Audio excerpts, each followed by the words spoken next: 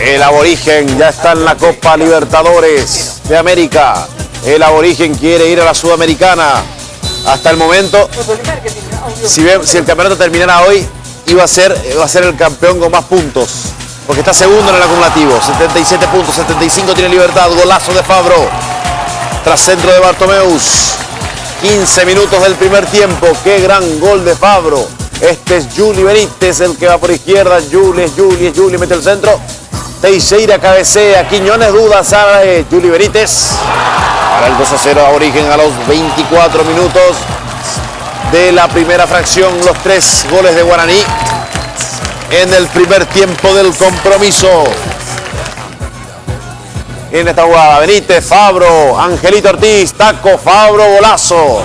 La tocó Quiñones, para nada sirvió. 3-0 de Guaraní.